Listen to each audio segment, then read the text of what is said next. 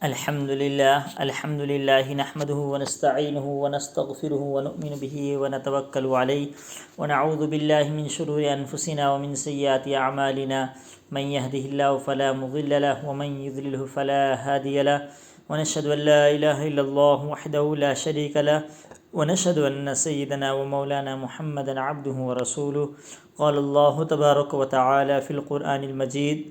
عبس وتولى أن جاءه الأعمى وما يدريك لعله يزكى أو يذكر فتنفعه الذكرى أما من استغنى فأنت له تصدى وما عليك ألا يزكى وأما من جاءك يسعى وهو يخشى صدق الله العظيم وصدق رسوله النبي الكريم ونحن على ذلك لمن الشاهدين والشاكرين والحمد لله رب العالمين۔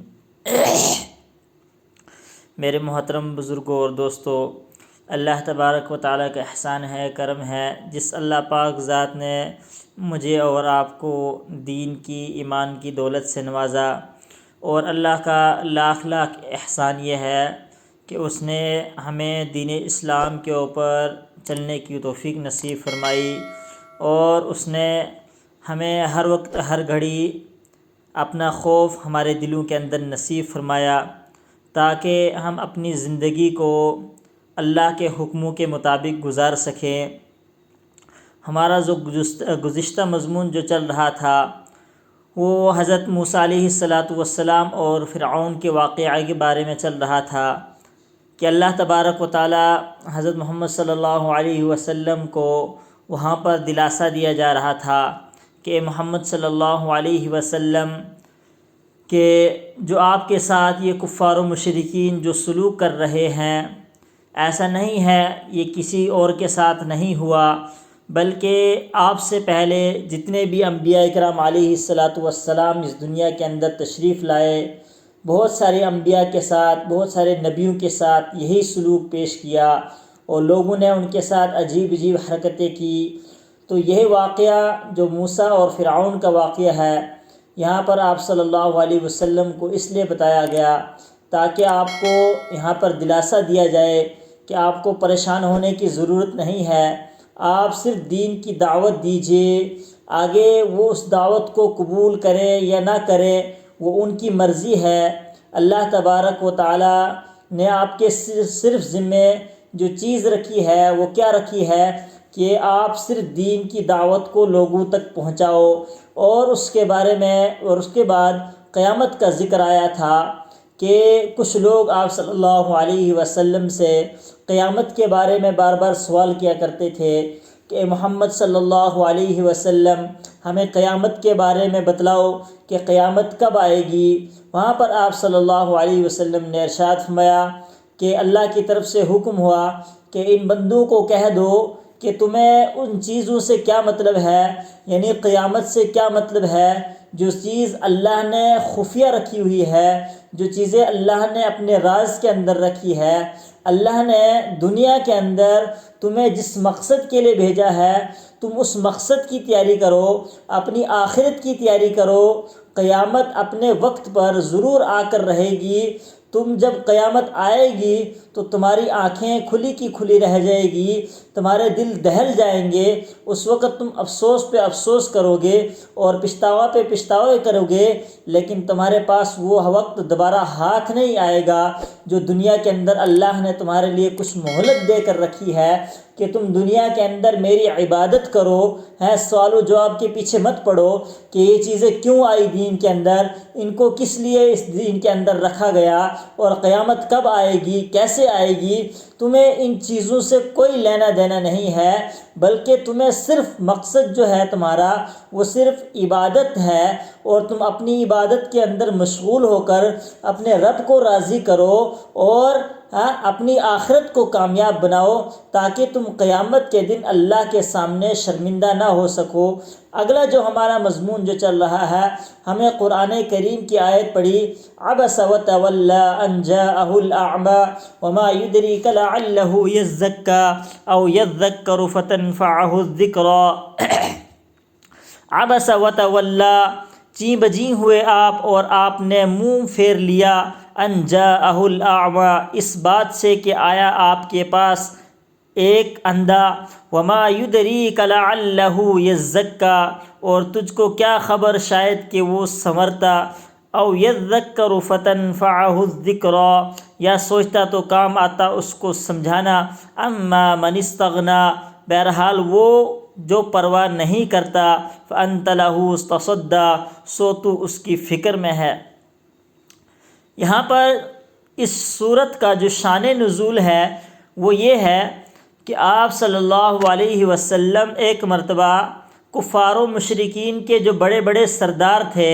وہ آپ صلی اللہ علیہ وسلم ان کو دین کی دعوت دے رہے تھے اور انہیں سمجھانے کی کوشش کر رہے تھے۔ اتنے میں آپ صلی اللہ علیہ وسلم مجلس کے اندر بیٹھے تھے کہ ایک نابینا صحابی، ان جاءہ الاعمی، کہ ایک صحابی آئے جو نابینا تھے، اور ان کا مقصد کیا تھا کہ وہ کچھ مسئلے کے بارے میں دریافت کرنے کے لیے آ رہے تھے، اور اسی مسئلے سے وہ آئے تھے کہ وہ آپ صلی اللہ علیہ وسلم سے اس مسئلے کے بارے میں کسی چیز کا دریافت کر سکیں۔ جب وہ آپ صلی اللہ علیہ وسلم کے پاس تشریف لائے اور آپ صلی اللہ علیہ وسلم کے پاس پہنچے، اور ان کے بیچ اس وقت بڑے بڑے سردار بیٹھے تھے جو کفار و مشرکین کے بڑے بڑے سردار تھے، ابو جہل، عتبہ وغیرہ بڑے بڑے جو سردار تھے کفار و مشرکین کے، وہ بیٹھے ہوئے تھے۔ تو آپ صلی اللہ علیہ وسلم نے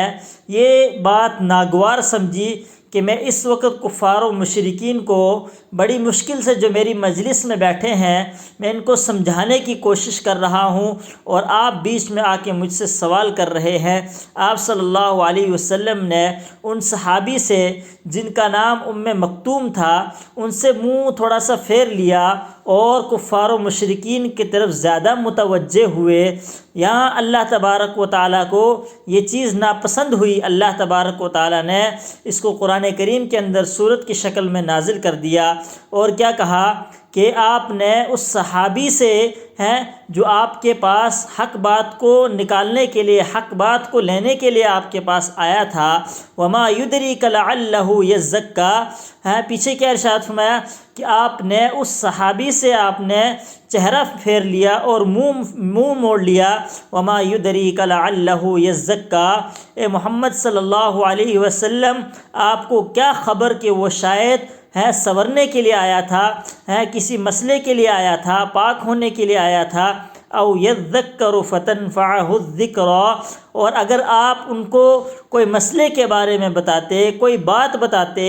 تو وہ شاید ان کو آپ کی نصیحت کام کرتی۔ اما من استغنا، اور بہرحال آپ تو ان لوگوں پر ہے جو پرواہ نہیں کرتے، یعنی کفار و مشرکین آپ صلی اللہ علیہ وسلم انہیں جتنا مرضی سمجھاتے، وہ کفار و مشرکین ان باتوں کو نہیں سمجھتے تھے اور نہ مانتے تھے، بلکہ وہ آپ صلی اللہ علیہ وسلم کی مجلس میں آ کر استہزاء کے طور پر اور کس طرح تکبر کی حیثیت سے بیٹھتے تھے تاکہ ہم کچھ باتیں سننے کے بعد دین کا مذاق اڑایا کریں گے، اور اصل مقصد ان کا یہی ہوتا تھا، اور وہ ظاہر طور پر یہ ثابت کرنا چاہتے تھے کہ اے محمد صلی اللہ علیہ وسلم، ہم آپ کے پاس دین سیکھنے آئے ہیں، ہم آپ کے پاس دین کی طلب لے کر آئے ہیں۔ اور یہاں پر آپ صلی اللہ علیہ وسلم کو حکم دیا گیا فَأَنْتَ لَهُ تَصَدَّى، سو تو اس کی فکر میں ہے، وَمَا عَلَيْكَ أَلَّا يَزَّكَّى، جو آپ کے لیے ان کے لیے ضروری نہیں ہے کہ آپ ان کو پاک ہی کرو، یعنی آپ کے لیے کفار و مشرکین کے لیے ضروری نہیں ہے کہ آپ کفار و مشرکین کو ہر حال میں ایمان پر داخل کرو، بلکہ آپ کی جو ذمہ داری ہے وہ کیا ہے کہ انہیں دین کی دعوت دو، ان کے کانوں تک دین اور حق کی بات پہنچا دو، آگے وہ جانے، چاہے وہ اس کو حق بات کو مانے یا نہ مانے، آگے ان کی مرضی ہے۔ لیکن یہ وہ لوگ ہیں، یعنی جو صحابی آپ صلی اللہ علیہ وسلم کے پاس آئے تھے، وہ زیادہ آپ کے لیے اہم تھا ان لوگوں سے جو کفار و مشرکین ہیں۔ وہ تو بطور استہزاء آپ کے پاس آ کر بیٹھتے ہیں تاکہ وہ چار باتیں دین کی نکال کر لوگوں کے اندر ان چیزوں کا استہزاء کرے۔ یہاں آپ صلی اللہ علیہ وسلم کو اس چیز سے متنبہ لبیک کیا وَأَمَّا مَنْ جَاءَكَ يَسْعَى اور وہ جو آیا تیرے پاس دوڑتا ہوا، یعنی جو صحابی آئے آپ کے پاس دوڑتے ہوئے تاکہ وہ پاک ہو سکیں کن چیزوں سے، چاہے ان کو کوئی بات ہو یا کوئی مسئلہ ہو اس کے بارے میں ان کو علم حاصل کرنا تھا، وہ یخشا اور وہ ڈرتا تھا، یعنی وہ صحابی ان کو اللہ کا خوف تھا، اس لیے وہ آپ کے پاس کچھ چیزیں حاصل کرنے کے لیے آئے اور آپ نے ان سے اپنا چہرہ موڑ لیا۔ آگے انشاءاللہ دوسرے مضمون کے اندر ہم گفتگو کریں گے۔ وآخر دعوانا الحمدللہ رب العالمین۔